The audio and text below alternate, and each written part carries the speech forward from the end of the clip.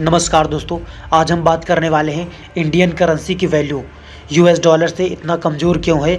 आखिर Indian currency की value इतना फ्लैक्चुएट क्यों होती रहती है, आइए समझते हैं। करेंसी वैल्यू का बेसिक कॉन्सेप्ट है फॉरेन एक्सचेंज मार्केट। यहाँ दुनिया के देश अपनी करेंसी को एक्सचेंज करते हैं। अगर किसी देश की इकोनॉमिक फंडामेंटल्स मजबूत हैं, जैसे हाई एक्सपोर्ट लो इंपोर्ट, तो उस देश की करेंसी की डिमांड बढ़ती है और एक्सचेंज रेट मजबूत होता है। इसके कुछ मेन रीज़न है। नंबर 1 पे बात करते हैं ट्रेड डेफिसिट की।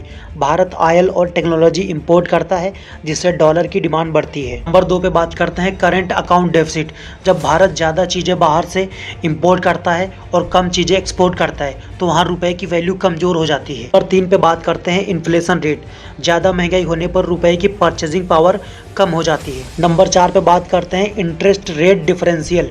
अगर भारत की इंटरेस्ट रेट अमेरिका या अन्य देशों की तुलना में कम है, तो फॉरेन इन्वेस्टर डॉलर जैसी मजबूत करेंसी में पैसा लगाना पसंद करते हैं। इसको एक सिंपल एग्जांपल से समझते हैं।